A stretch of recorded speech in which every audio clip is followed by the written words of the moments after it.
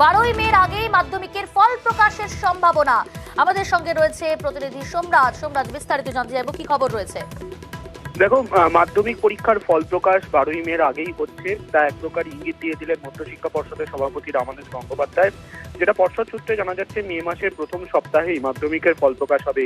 এবারে মাধ্যমিক পরীক্ষার্থীর সংখ্যা 10 লক্ষের সামান্য বেশি এবং পরীক্ষা হয়েছিল গত 2রা ফেব্রুয়ারি থেকে 12ই ফেব্রুয়ারি পর্যন্ত।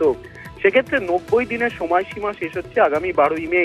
কিন্তু পর্ষদ সভাপতি ইঙ্গিত দিলেন আজকে যে তার আগেই ফল প্রকাশ করে দেবে পর্ষদ।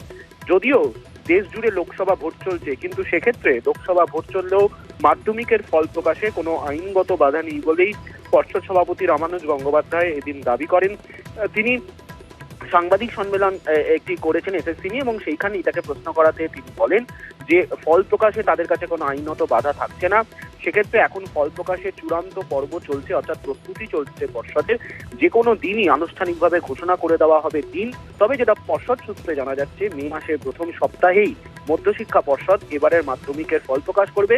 এবং তাকে জানিয়ে রাখি, যে সপ্তাহে মাধ্যমিকের ফল প্রকাশ করা হবে সেই সপ্তাহেই উচ্চ মাধ্যমিকেরও ফল প্রকাশ হয়ে যাওয়ার সম্ভাবনা রয়েছে। ধন্যবাদ সোমরাজ।